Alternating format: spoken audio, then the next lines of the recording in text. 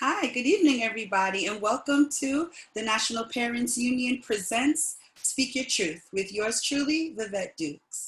Thank you for spending another evening with us, for logging on and tuning in to hear more about the National Parents Union, to hear more about Speak Your Truth, to learn more about the various organizations throughout the United States that are supporting the plight of our parents, children, and families. I'm going to start off this episode by just giving you a little bit of background on about the National Parents Union. We may have some new viewers here. First of all, shout out and thank you to all the viewers. We have been on since May, so for a couple months now, and there's just been consistent viewership. And it's rewarding because it lets us know at Speak Your Truth and at the National Parents Union that the work we're doing is actually engaging. It's registering with our audience, and that's really what we want. So I just want to talk a little bit about the National Parents Union and to drop some statistics on you as we start our show. So the National Parents Union is a collective voice of parents nationwide. We are here to respond to the needs of families and their children, particularly right now as they relate to the multiple pandemics that are going on in our country, not just the health pandemic. And part of the work that the National Parents Union has been doing is weekly polls of parents to ask, and I'm reading directly from the poll, asking parents about a variety of issues, including what their plans are for their children this summer, about reopening our schools. And here are just a few of the things that we have learned so far.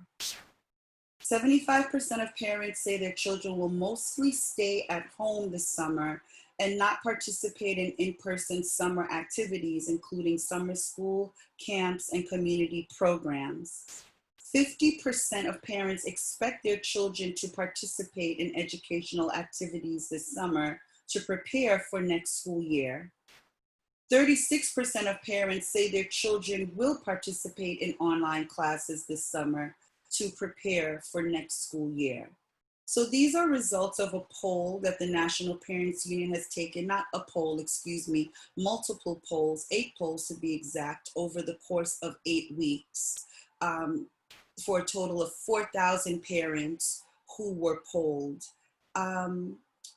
It's very interesting that parents have a very huge concern about their children's safety, about their children's educational attainments. And why it's interesting is because there seems to be a battle between students' health and students' education, when there really should not be, as far as I see it, a tug of war where that's concerned. For without their health, they won't be around to attain their educations. However, the educator in me does know that they need to be developing and being provided with stimulation for their minds so that they can move forward academically and just move forward with their growth and development as young people. Parents have their concerns, and rightfully so.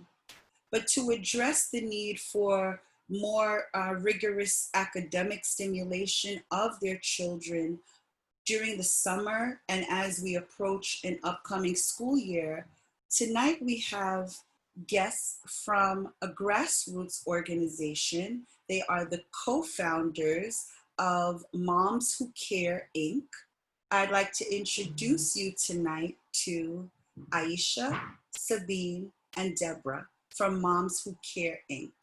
Ladies, please come on in and join us. Excited to get our conversation started. Hi. Hello. Hello. Happy to be here. Good evening. Good evening. Hi, Hi. Deb, Jay's mom. Who cares? Hi, Sabine. First of all, you all just look beautiful. You look beautiful. Oh, You are glowing. You're beaming. You're thank happy. you. I'm happy just seeing you because there's a glow that's emanating from you, which leads me to believe you're excited about the work that you're doing. Yes. Yes. Amen. Yep. So, Aisha, I'd like to start off with you, and if we could just go down the row. I see you as Aisha, Deb, and Sabine. So, if you could answer in that order, could you Okay, sure. tell us and the viewers a little bit about your personal educational experiences coming up? Sure. So, well, first I just want to say hi to all the viewers. Hello. Um, as far as growing up in education, I come from two strong Haitian parents. I was born here. My parents were born in Haiti. And while we may not have had every single thing we wanted growing up, one thing was for sure is they made sure education was number one priority. My mother, she made sure she checked our homework every night, even when she came home late because she was in school after her job. She'd go to her school so she can get her master's degree, and she checked my homework, checked my brother's homework, attended every parent-teacher conference, even just conferences to get the progress report. She was there.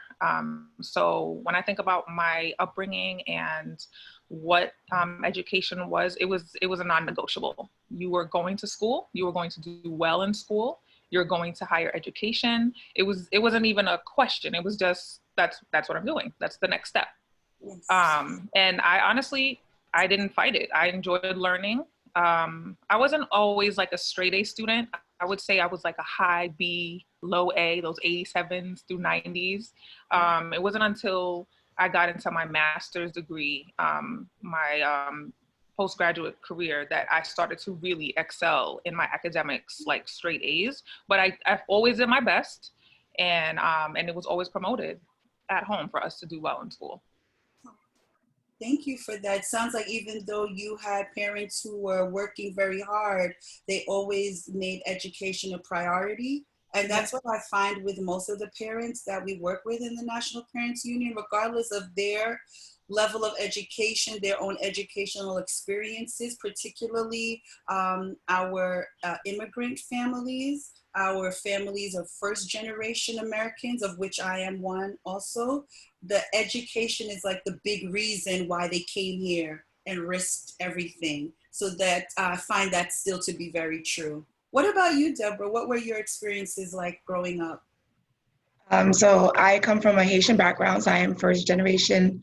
Um, and education has always been important to my mom. I come from a single parent home, and she worked two jobs, but regardless, she was not as involved as homework wise, because I was very competitive. So I did my homework on time. I did everything on time because I like the praises from her. And I also wanted to not be an extra burden. So I just kind of took it upon myself to just always go full ahead into my schoolwork. But of course, education was non-negotiable. You needed to go to college and beyond. But the way she was involved in school was if there was ever a discrepancy, and that's happened growing up in elementary school, high school, even in college, whenever I spoke to her, she was always there. Mm. She always showed up no matter what. If I had a award ceremony, she was there. Don't know how she made it, but she always made it a priority to come to anything if I had a discrepancy or an award ceremony. So that's how she showed up. And one of the things for her was literacy was very, very important growing up. So on top of schoolwork, she would get us extra workbooks. And I picked up a love of literacy. And so she used to get me all these Babysitters Club books, Goosebump books. So much that I was devouring through Scholastic News, the orders, but it helped. It helped. And so this is why I'm part of this group. Wow. And what I hear you saying is what I also see as an educator from a lot of parents. I might not always be there, but I'm there when it matters. I'm going to be there to defend my baby, and I'm going to be there to celebrate my baby. You might not see me any other time, but when it matters, I'm there. And I think for some educators, it might throw them off if they're not familiar with the culture of their students, to think, well, a parent who's not there does not care. That is a faulty equation. I really Yes. want to dispel that myth. Yeah. But I've been a single mother. I raised my children as a single mother. So that talk, like, don't have the school call me. Nobody has time for this. I'm working. Like, I don't care if your friends are acting up. Our household. You know what goes on in here. And Right. so, and because my children and I had that understanding, like you, Deborah, they both really did strive to make sure we don't give mommy any extra, burden, because it's just us. And I wasn't always at the school, but when I was there, trust and believe, they knew I was there and things happened. So I feel like I know your mom. We cut from the same cloth. What about you, Sabine? Hi, everyone. So Hi. I too am first generation American. My story changes a little bit because I actually was an ESL student. So even though being first generation American, I'd like to say I like to tell people I was shipped back to my roots, but I was brought back to Haiti for the first 5 years of my life. And when I came back to America, I didn't know how to speak English. And I remember my parents being very adamant about the fact that I knew my math and I knew how to spell my own name in kindergarten and I knew how to count. And I remember them saying that that didn't matter here in the US, that we needed to know how to speak English in order for me to be able to continue in school. So my mom and my dad worked really, really hard to get me ESL. I don't know if you remember back in the days, the cassettes that used to come with the books in the plastic. So I had those that came home every week with me so I could practice my English. My grandmother was around and my parents at the time, now I know why they did it. They did not let us speak any English in the house except for me to teach them what I was learning. So they used it as a way to enforce what I was doing in school. And now that I'm saying it, I'm like, oh, that was smart. So that was their way of reinforcing me not only being independent, but reminding us that education is important. I have 2 siblings under me, and they really drilled it in. So my brother, who's 2 years younger than me, I would have to help him with his homework.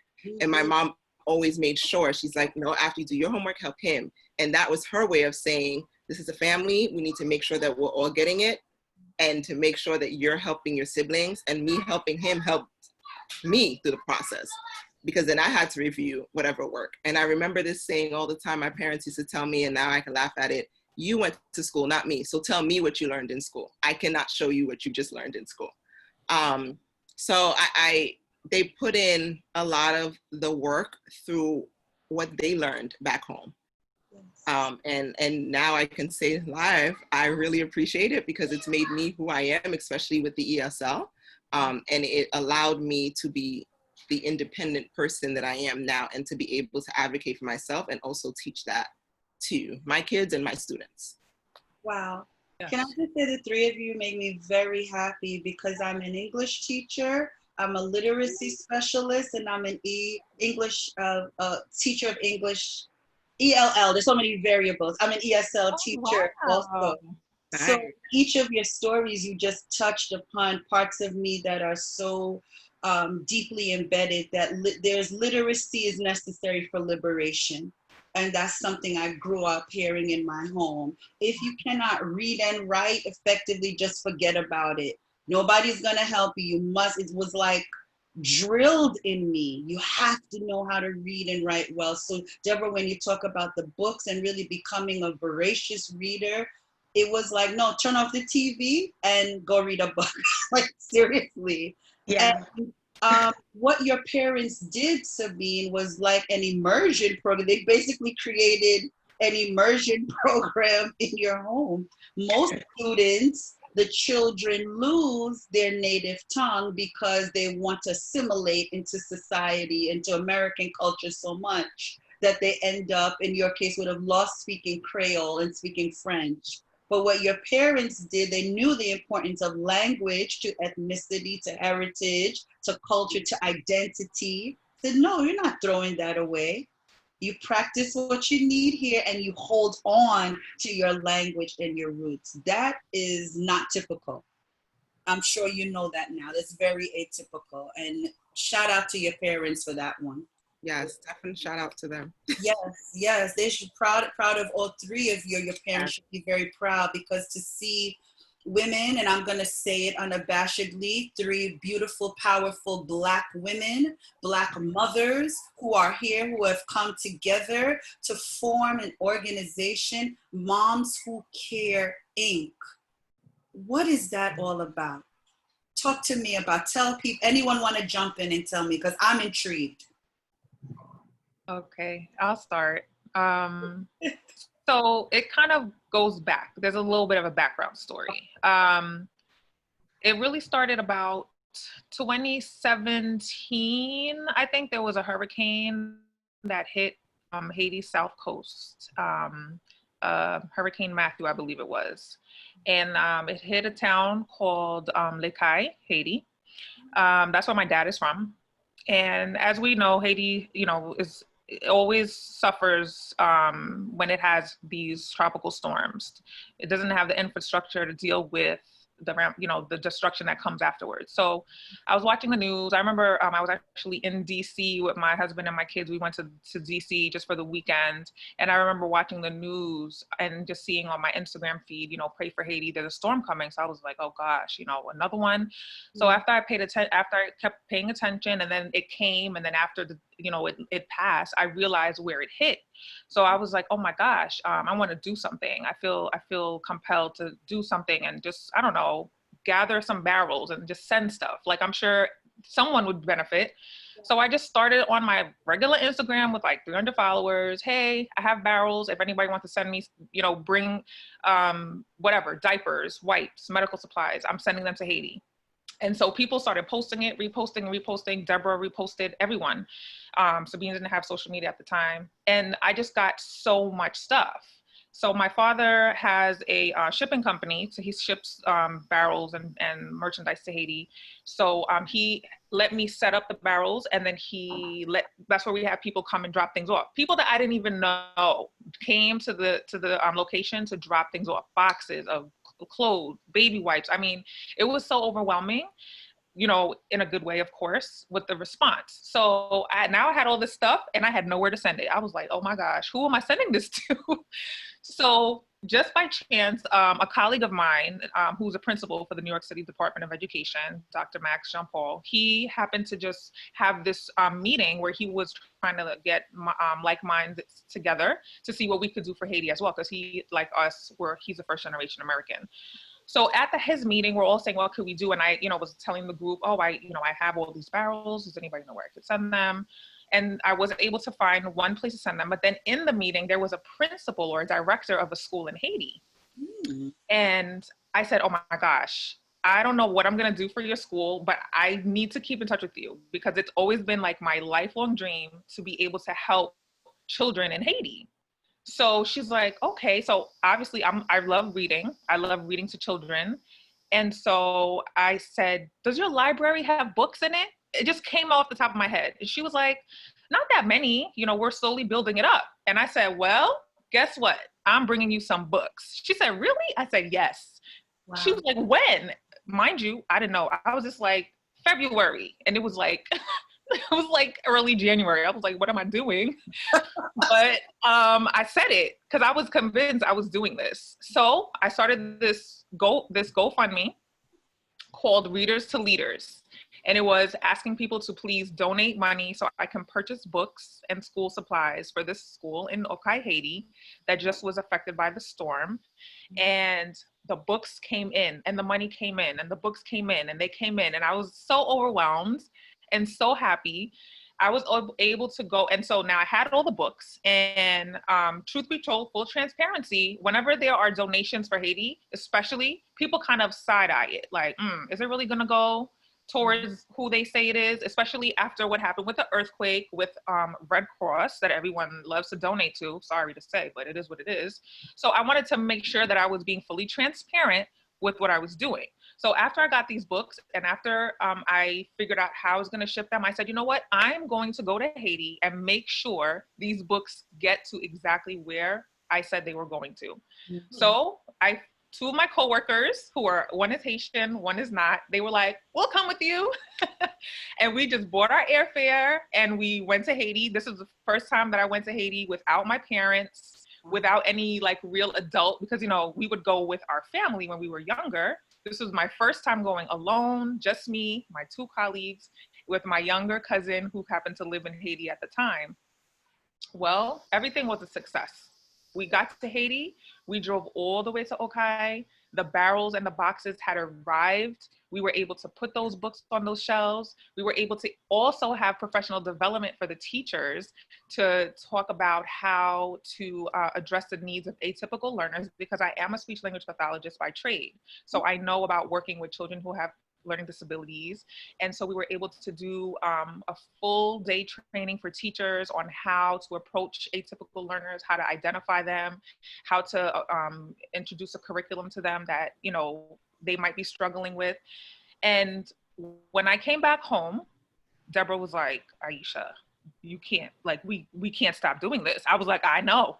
So my mother already had a nonprofit organization. I feel like I'm talking so much, but this is all the backbone of how it happened. So my mother already had a nonprofit organization that solely focused on reforestation of Haiti, because that's a whole nother topic, but there's a severe deforestation issue in Haiti. And so her organization was mostly focusing on reforestation efforts. However, because they didn't have the manpower to monitor the trees that they were growing out there, it was kind of like on a hiatus. So when I came back from my trip, I said, Mom, is there a way that I could kind of like introduce literacy, you know, through your organization? And I could, I can't go to Haiti every week or every month, but I know here in New York, as an SLP who goes into homes and does evaluations and works with children, I know a lot of kids don't have books right here in New York. And so I said, how, you know, would I be able to promote literacy? She was like, sure. And so I pulled Deb in, pulled Sabine in. I was like, guys, we're going to do this. We're going to be the literacy superheroes in New York. Yes. Spreading awareness about the importance of reading to children.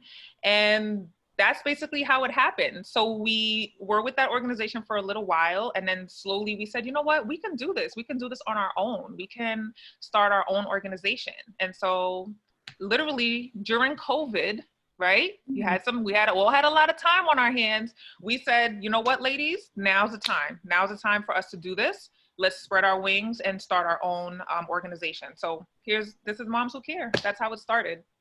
Wow. Literally, that's how it started. That is an amazing journey, and it speaks to like one person can make a difference. 3 people can make a difference. Don't ever think that, oh, it's just me. What can I do? Well, Aisha just told you one thing you can do. I told you what she did. We can do it too. I think sometimes we do that overwhelming feeling. I'm so glad you clarified. Like, it's a good overwhelming. Yes. It was a good feeling, like I'm getting so much support, you know, with people I think do want to help. There are a lot of people in the world that want to help. They just don't know necessarily how to, or not trusting of those saying that they are there to help, you know? Right, so, yeah. Deborah, you look like you were going to jump in at one point during the story. For my long monologue, sorry. No, it's all good. No, I loved it. I loved it. No, I just wanted to add in that I'm a special educator as well by trade, and I provide services for children 3 and under. And so with Aisha, who's a speech language pathologist, we saw the need to infuse literacy as young as in the belly, which parents don't know that, you know, you can, as soon as you find out, you know, you're pregnant, you can start reading to your babies. They're listening. And then when they come out, just to continue, because literacy builds all types of skills, especially communicative skills. And so that's what I wanted to add on to what Aisha was saying. Right, and I love the practical application. So for parents who are listening, moms, particularly dads who might be wondering, well, what can I do for my child? What can I do for my baby? The best thing you can do for your child is to read to them. That's Make reading a consistent and minimize the device. Say it again? minimize that electronic device. Yes, get off the phones, because what happens is, and there's been a lot of research on this, I'm sure you would know better than I do, but I have read several articles about the fact that when children are introduced to technology too young, books can't compete with that. If I'm used to swiping and all the bells and whistles that come with a smartphone, a tablet, a computer, when I now put a book in front of you, you're like, well, what's this? I turn the page and I have to do something. So it's really setting them up. And I know parents, it keeps them quiet. I get it, because I've seen it. I've seen the child go, ah, and then you give them the phone and it's like, but it's also scary, because it's like they're so zoned into it. I've seen children where the parent is like, honey, trying to get their attention, and it's as if they're deaf. They are so captivated by the device. It's really not healthy. Get your children in love with books, because literacy is in all content areas. You can't escape it. So even if you're great with math, Sabine, you said you came here, you knew math, you were well versed in math, but even in math today, math is all word problems. Yes. You can't get through a math problem if your literacy skills are not on grade level. And sadly, in Black communities, I'm not going to say Black and brown, I'm going to speak to Black communities that I know of. In our communities, when children are not reading on grade level, by third grade, those are the numbers they use to project the amount of prison cells they will have to build. Yes. So if you don't think literacy is important, now we're tapping into my niche, which is the school to prison pipeline. If you don't think literacy is important, if you don't know like that books are important for your child, we're here to tell you, we're all professionals. Sabina is going to tell you what she does in a minute, but you're hearing from literacy specialists, speech pathologists, special educator, telling you from a professional and personal perspective, reading literacy, it's like, it is the best thing, not like, it is the best thing that you can do. It's a requirement, I would say, for parents, and I do hold them accountable for that. I don't care what else you do for your child. I would like you to feed them, not abuse them, and make sure they can read. If you do those three things, I'm quite pleased. Yes. And just to add to that, because I know we're going to transition to Sabine, but just to add to what you're saying, as an educator, when you're sitting in a classroom in the beginning, I know for myself, when I'm in a classroom in the beginning of the year meeting my new 6th graders, I can tell probably by the second, maybe, I don't even need the third, second, okay, I'll say third time that I meet the student, if they are someone who was exposed to books on a regular basis. How can I tell? I can tell by the type of vocabulary that they use. I can tell by the background knowledge that they have. If I bring up a topic, I always start, what does anybody know about this word or this topic or this country? And you'll get the kids like, oh, and they'll raise, and then you'll have the ones, I don't know. Now, not to say that all the kids who say I don't know haven't been read to, because we have a lot of I don't knowers in middle school because they just don't want to talk. But, but for the most part, it is because of that disconnect that they're not getting from books. And we don't know how to stress it. And that's one of the things that we do in our workshops that we do. We try to show how to make reading fun. It's not just one thing to say, here's the book, read it, right? How are you engaging the child in the book? And I know not everyone is a reader, but there's the old adage, do as I say, not as I do, right? But if your kids see you sitting down, even if it's not a book, reading a magazine or a newspaper, make it a time where everyone reads. 20 minutes each day, or maybe just Monday through Friday, and give it a break on the weekends.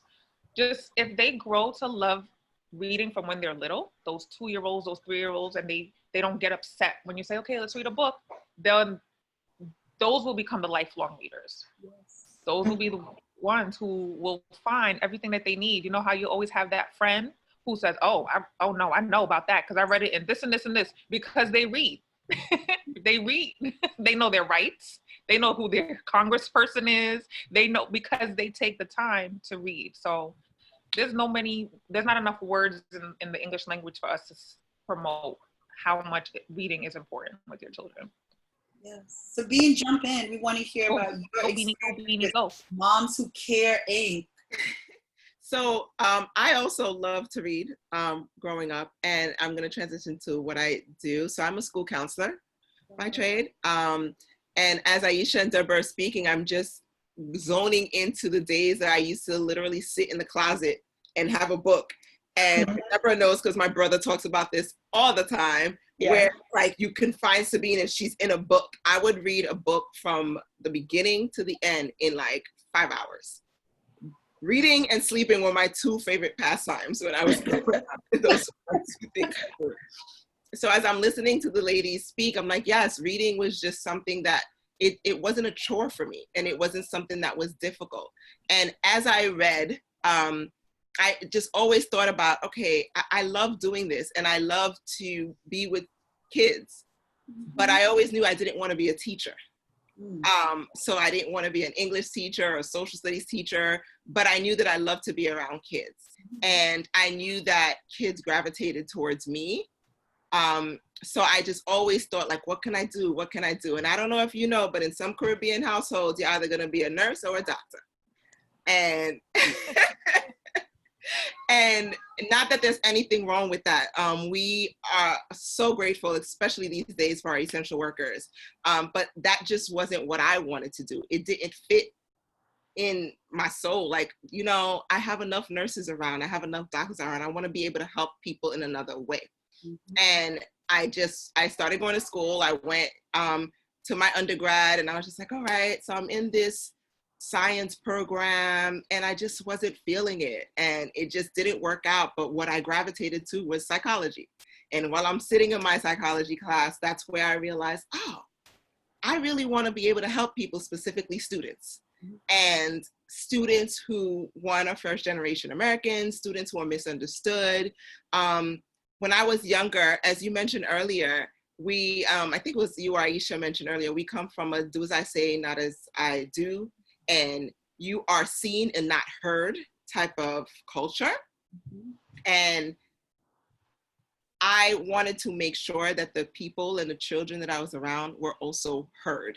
Now, I do have to put out there that I do understand and respect a lot of that upbringing, because a child needs to know a child's place. However, a child does have a voice. And while I was going through school and understanding that, it led me to school counseling. And it also led me to the fact that children also feel. Many parents just feel like, okay, you know what do you got to worry about? You ain't got no bills, you got a roof over your head, you're getting fed, but that child feels. And I remember for me being the eldest of 3, first generation American, there were times where I was just kind of like, I want to talk, or I want to do other things, or I don't want to take care of my brother and sister, or, you know, I don't want to be made fun of because of this beautiful melanin that I now appreciate, but didn't back then, because of the times when we were growing up. And so that led me to school counseling, pretty much in a nutshell. And our children are suffering. And I joined Moms Who Care because I know that our children also are dealing with the stigmatization of mental health. Yes. The fact that they are also suffering with depression. They are anxious about being in an environment where they're hearing gunshots. I grew up in South Jamaica, Queens, and for me, it was like, oh, okay, duck, or lay down flat, or it became just kind of second nature for us to kind of just navigate towards that, to the point that my brother and I like to make fun of this so bad, but it's just so true. When we moved away from South Jamaica and we started to hear birds chirp, we were like, what is all of that? Why are they singing?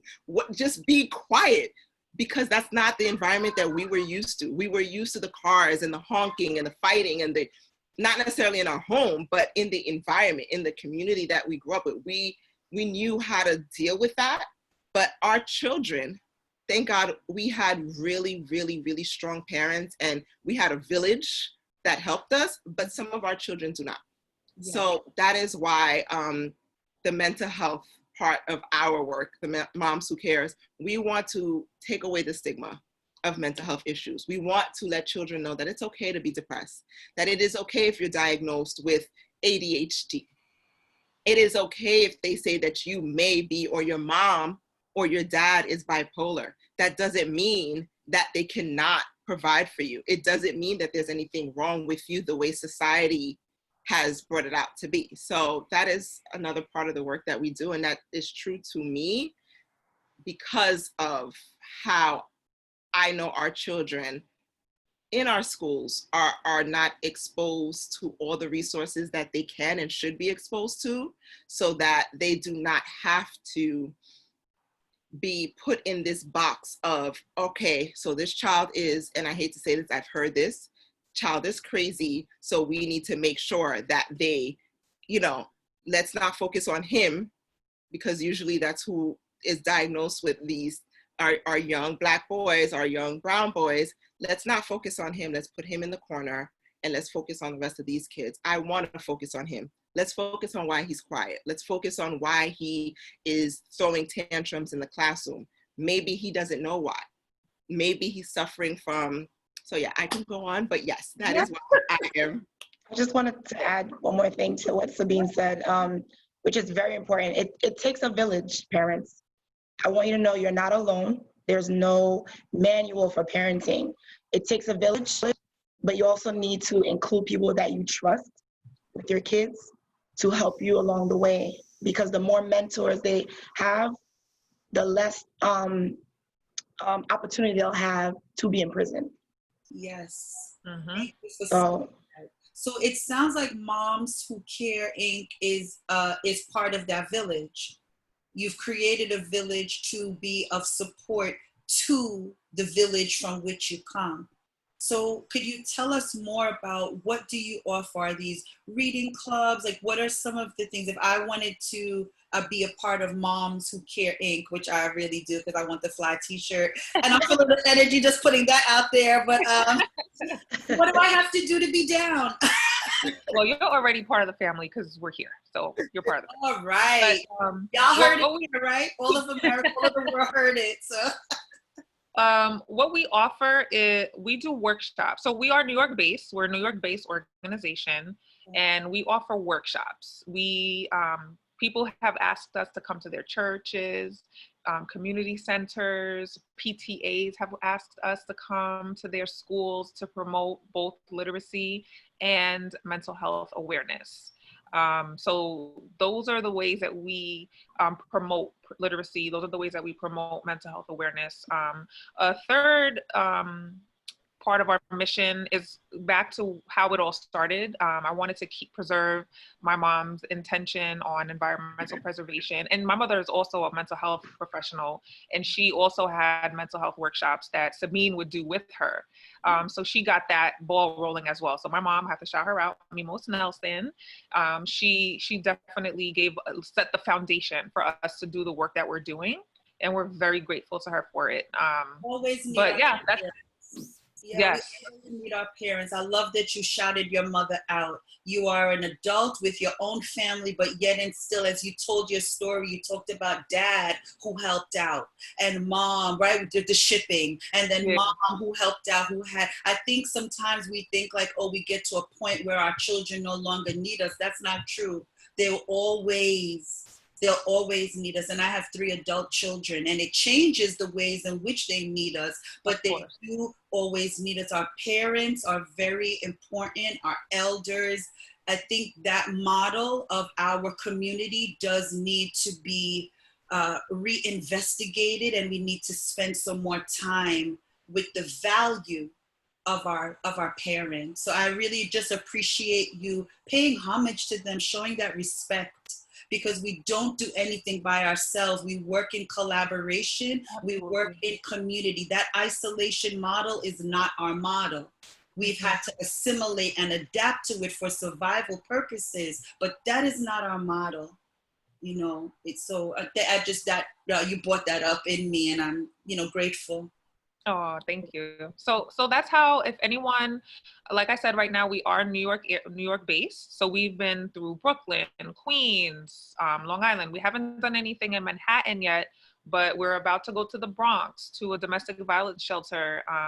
And we go there and we tell the parents, you know, how to make reading fun. We typically will read a story. We'll either have a guest reader or one of us will read the story, and then we'll model how to read a story. You know, sometimes just, oh, my earring just fell off, but it's all right.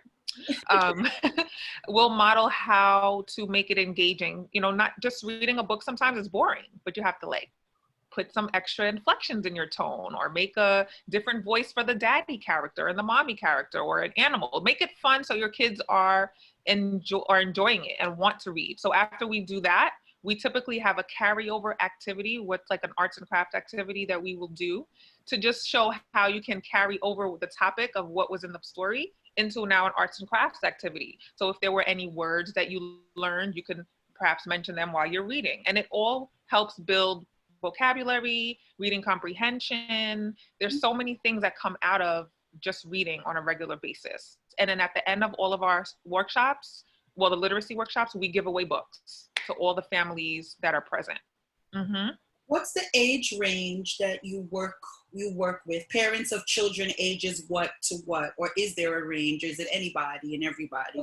We don't really turn anyone down that requests for us to come, but we do try to focus on that 0 to 5, 0 to 6, because we feel like if we can get those little ones to enjoy and love reading, by the time they get to 3rd, 4th, 5th grade, that foundation has already been laid. But like I said, we don't turn anything down. When we go to our workshops, there could be babies that are 9-month-old, and then there could be a 12 or 13-year-old there. And so we don't say no to anyone. We just try to make sure we always read a book that will fit the demographics of where we're going for that day. But yeah, we try to really promote it in our little ones, that 0 to 5, 0 to 6, because that's where the foundation gets laid at that point. Yes. That's how we do it for the literacy workshops. And it's basically the same for the mental health workshops. Sabine, if you want to explain those. Yeah, and I wanted to add also that oftentimes we engage our own families as part of these workshops so I know our husbands, our children have come along with us, best friends, cousins, yes. because we want to show the families that we are working with that it can. So oftentimes we go into shelters where it's single moms, but as a single mom, you have a friend, you have a bestie. Oftentimes call up your bestie and say, hey, listen, I need 20 minutes. Can you watch this child for me while I read to this child? Or can you read this baby book to this child while I deal with this child? With the mental health services, the same. So we go as a group.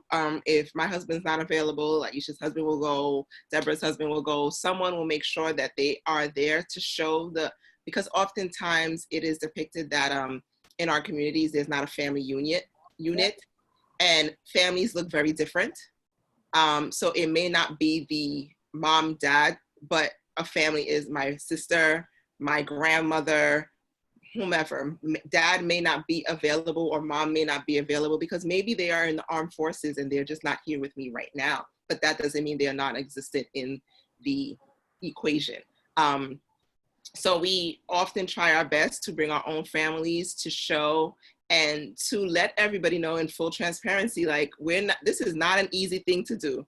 Being a mom and working, it's not easy, but you can make 20 minutes of your day, or you have to try to make 20 minutes of your day for your children. The same thing for your mental health. So we did a workshop when COVID first started. We, as Aisha said, we kind of felt compelled to do things. And one of the first things that we did was we had a workshop via Zoom where we had a group of women just kind of talk about what they were feeling, how they were feeling about what was going on, how they were coping with everything that was going on, strategies that they use. We shared strategies amongst each other, because the one thing about mental health wellness is that not one person has the answer. And we have to reach out to each other and be okay with not being okay. it is really, really important. And I do stress to my students and even people that I confide in, like, I'm okay with saying I'm not okay, and I'm okay with saying I don't know. So there are days that we go to the workshops and people are just not into it, and we let them know that that is okay. And like Aisha said, shout out to Mimos Nelson, because woo, that woman is a guru when it comes to mental health services. And she just allowed people to bring out their genuine self while educating them on these are the things that are going on. And these are the things that you can be suffering from, but these are the services that we have that you can work with, that we can provide you and your family. Yes. Because if I am a mother and I'm not well, my children can sense that, they can feel that. Children feel from the womb, like Deborah said. If they can hear you, they can feel, which is why when they come out of the womb, they place them right on your chest. They feel that. They are connected to you in so many different ways. So as a mother, as a father, as a sibling, when you are not well, think about you as a person. If somebody's not well in your family, you feel that aura. If your husband comes through the door, you're like, wait a second, what's going on? Mm-hmm. What's happening? If your best friend you haven't seen in 2 days, or they call you and they're like, hey, you're like, wait, what? Children are the same way. Children have feelings and they can feel that.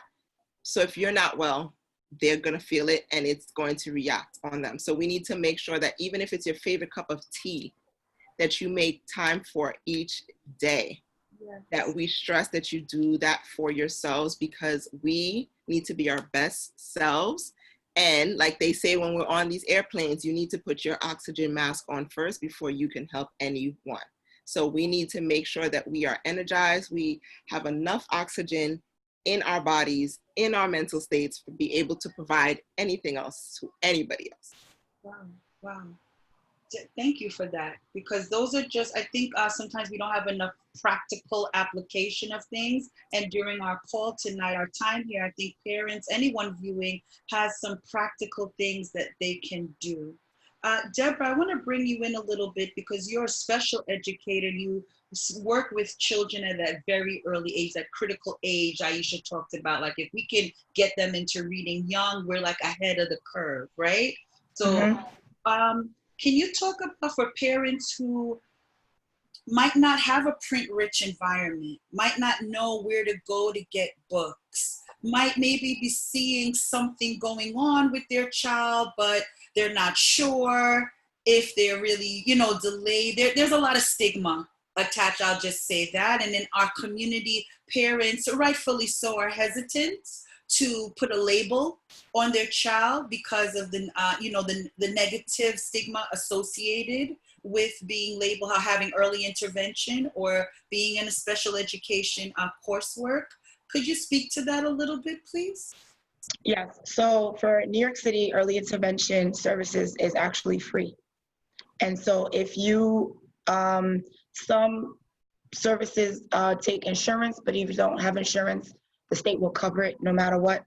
If a parent has they have a suspected delay of their child, number one, your pediatrician does not always see what you see.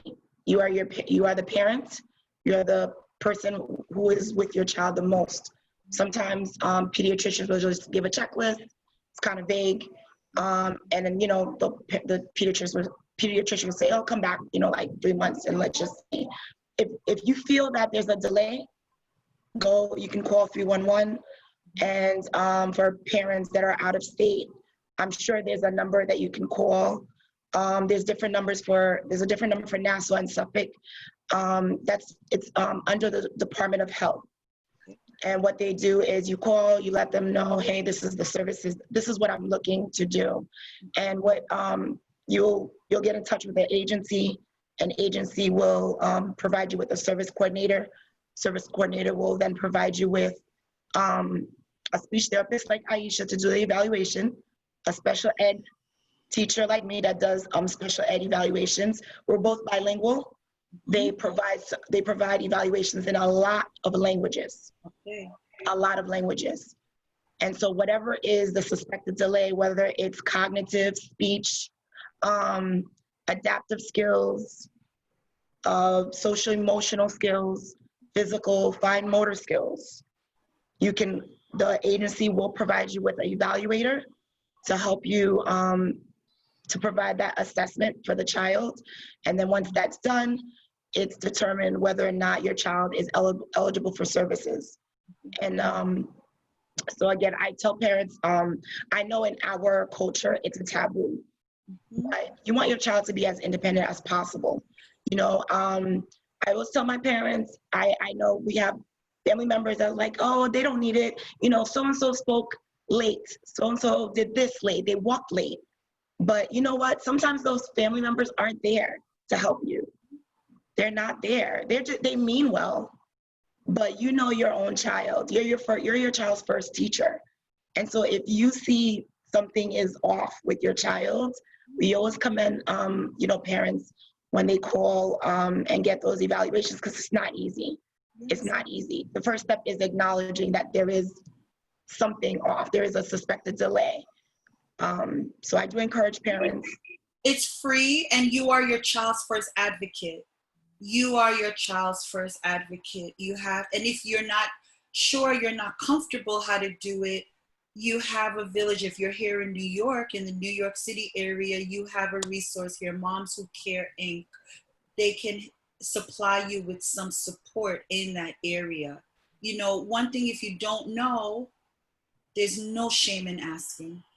There really is no shame in asking. How can people get in touch with you? We're in our final stretch of the broadcast. The time went by so quickly. I just looked at the clock like, wait a minute, we have a few minutes left. If people wanted to get in touch with you, how could they do so? We will be getting in touch with you from the National Parents Union, that's for sure. How can others get in touch with you?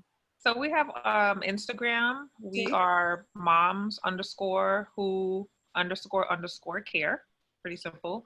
And then our website is momswhocareinc.org. And our email address is momswhocareorg@gmail.com. So those 3 ways that you can get in touch with us. Could you say them one more time for us in case people are writing them down? Let's go through it again. Absolutely. Our Instagram is moms_who_care. And our email address is momswhocareorg@gmail.com. And then our website is momswhocareinc.org. Thank you. Yes. Any final words from any of you? It's been such a pleasure, so informative. Covered a lot of ground here tonight. I do have something to ask. What about parents who don't necessarily have books and for whatever reason they don't have a print-rich environment? Where can they go to get some books or to start garnering some material for their child? Well, if you're in the New York area, reach out to us. We have literally had parents send us DMs in Instagram and say, can I get some books for my kid? And we have met in a public location and dropped those books off. So if you are in the New York area, we would not mind just if you're too far, dropping a couple of books in the mail for you. But the library, a lot of libraries are opening back up. It's a free resource, and you can get books there. A lot of times people prefer the library because they feel like, well, after my child reads this book a few times, they may not want it anymore. So you can always keep kind of replenishing your supply at a library. There are companies called First Book, Scholastic. Target has dollar bins that have great books for children. Dollar Tree has books. Dollar Tree has books. And, just a suggestion for some parents, especially new parents, I remember that feeling of having my daughter, you want to give them all these cute things and cute outfits, but you can ask people for books when it's your child's birthday or Christmas. You get those questions. What does little Johnny need right now? Books. Can you get him some books? And not just any books that show them where they can see themselves in the book. We have a lot of authors, Black and brown authors writing books to reflect our children. And so I mean, literally just do a quick Google search, books for Black boys, books for or by African American authors. You will be amazed at how long the list is. Books that talk about affirmations and loving your skin and loving your hair. So you don't necessarily have to just typically buy, you know, I don't know, what do they love reading? That I'm not really big on anymore. Dr. Seuss. Dr. Seuss books. You can get books that look like our children. So those are the suggestions I have for the parents. A, they can reach out to us. B, they can go to libraries. 3, they can go, like you said, Dollar Tree, Target. Get inexpensive books because your children will rip them. After some time, they will get weathered. They will. So you don't want to spend too much on books. But those are the suggestions that we have for you. I hope that helps. It does help. It does help a lot. I thank you all for being here tonight. I'm inspired by you, honestly. Thank you for having us. For your work, for your effort, for your time. You all have your own families and lives and careers, yet you're taking the God-given talents you have for the betterment of not only yourself, but your community. And I believe that is who we are as a people and what we're about. So thank you for living that out. Thank you for being the hope and the dream of our ancestors and the better that they saw in us. Thank you for being why our parents left their home. I don't think we understand what it means to pick up and leave your home, your native land, to go someplace else, an uncharted territory, sometimes not knowing the language, not being literate, perhaps not understanding the culture for the betterment of your child because they see a hope ahead. And so as a parent, to have you all here is just that fulfillment, not only for yourselves and your family, but for all of us. So I salute you. And I thank you. Know that your labor is not in vain. Thank you so much. Thank you so much. I want to shout out my good friend Lakeisha Adlam, who is a New York City educator. Her IG is Ms. Urban Educator, and she's actually who got us in touch with you, Ms. Vivett. So I just want to say thank you, Keisha, for giving us the opportunity to meet Vivett and have this awesome platform. We appreciate you. Bestie. She's such a connector, always connecting. Yes. She is. That's her gift. Thank you, Keisha. And thank you all. I'll be happy to have you back another time. Anytime you have anything going on, please let us know. We support you. Thank you so much. Thank you, guys. Thank you for your time. You too. Be well. Good night. Have a great night. Good night. Good night.